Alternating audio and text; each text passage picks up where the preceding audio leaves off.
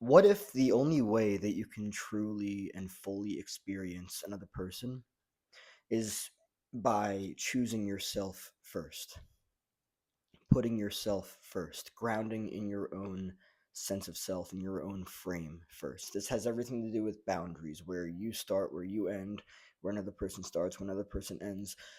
And the more I deep dive into this, the more I realize how much relationships I've had that have actually been exceedingly unhealthy and dysfunctional. It's really wild, actually. In order to fully experience another individual, you have to fully choose yourself first, right? From what I've learned, this is a foundation of um, healthy relationships and the capacity to build up a structure of healthy material and fabric inside of intersubjective space between two individuals. It's very fascinating. Which is also interesting to look at because previously I was taught that putting myself first, choosing myself, doing for myself is actually a selfish thing. Neurotic guilt. Yeah, that's just bullshit. Not true.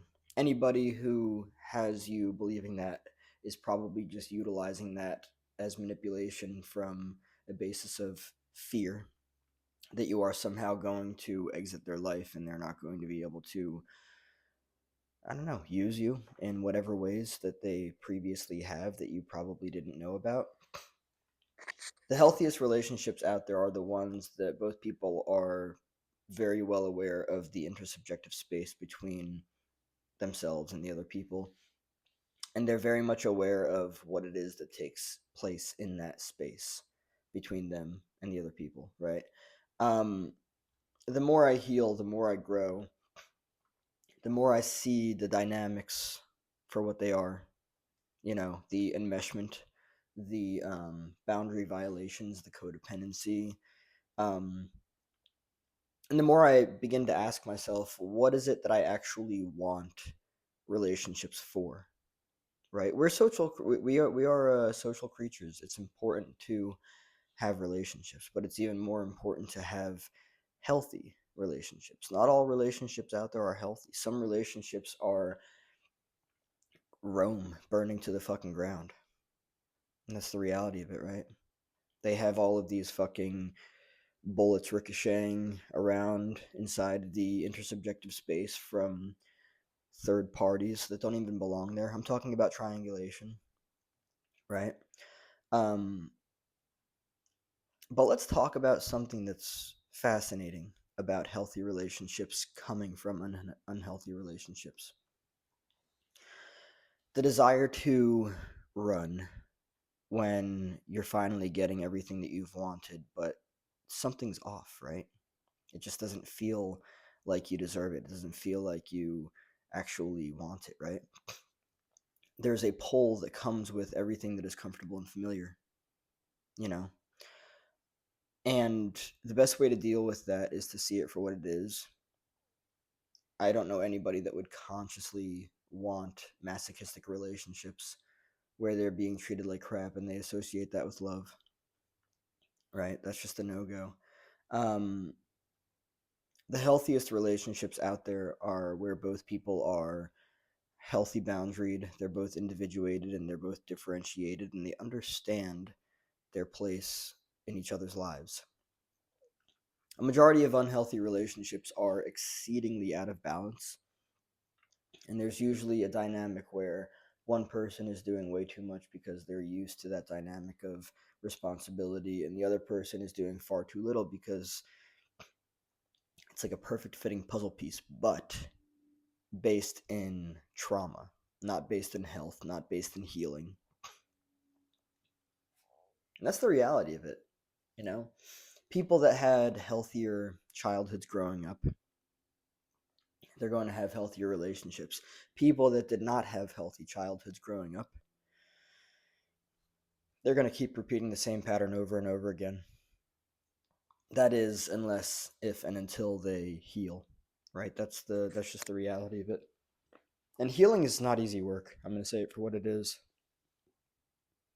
Um, it's just wild to like be here and to be like evolving and growing and seeing everything for what it is. Previously, I would like give into the dynamic of I realize I haven't made one of these videos in a long time, like exploring my own personal experiences of life, but I suppose it's beneficial, especially considering where I am, where I'm going, where I've been, and to just like storytell and share all that with people.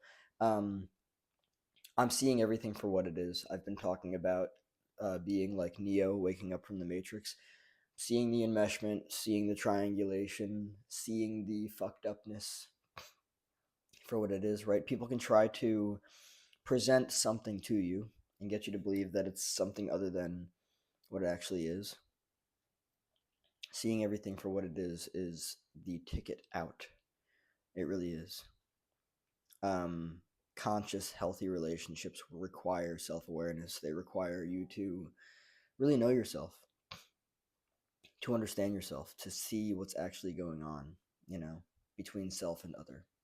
That's the that's the importance. That's the necessary fabric, the necessary structure that takes place um, between two people that are healthy. Um, I'm really focusing more on being alone, being by myself. I suppose I'll wrap up with this because I think that this is probably a long enough part of the theme or subject to really cash everything in or cash everything out. Um, Taking time by yourself, I understand, can be very challenging for a lot of people, especially based on the ways that you were raised and everything. I've been taking a lot of time by myself recently, and it's really opened me up to parts of myself that I may have previously been blind to, that I may have previously not seen for what they were, right? Taking time by yourself is a very beneficial thing, especially if you come from dynamics of codependency or enmeshment. Because if you come from dynamics of codependency or enmeshment, you are essentially just a part of something else. Like, you're not really your own autonomous self, your own autonomous individual. And in the terms of creating something consciously for yourself, you're probably not going to give yourself the opportunity to do so because you're so glued to another system with another person or other people. And that's the reality of it. So, really, like diving into yourself, basically just saying fuck you to everyone that is telling you that you're selfish for choosing yourself, putting yourself first, and being alone. Just get that out of the way, whatever. That's just noise. And then really like diving into yourself. How well do you know yourself?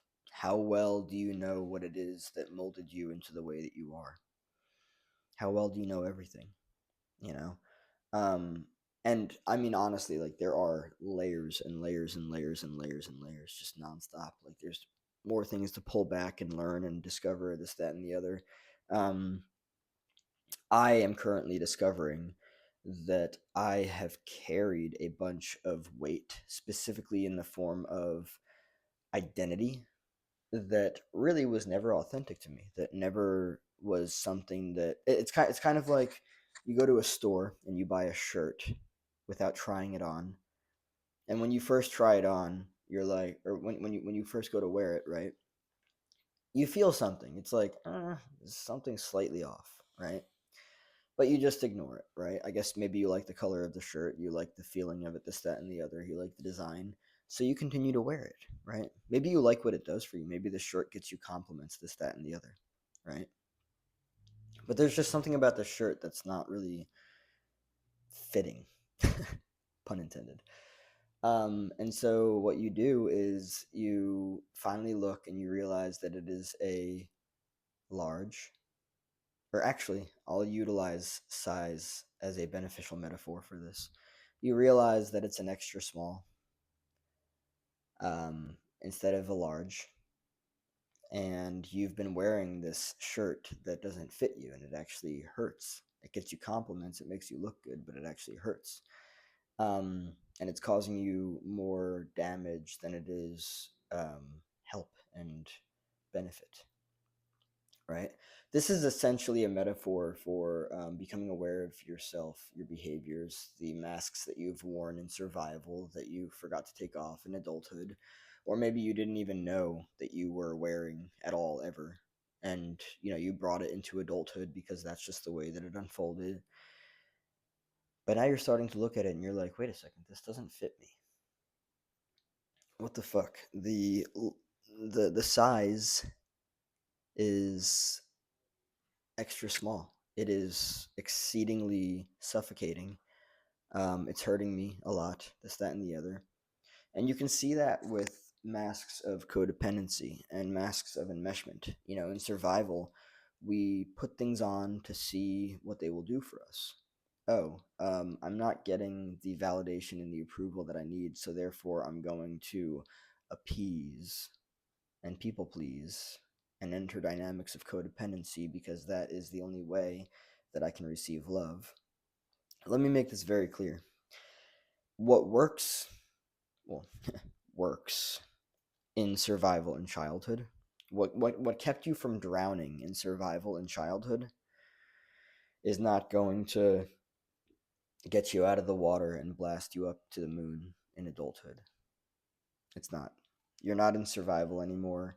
Um, and if you are and you're an adult, I would ask, why are you choosing that?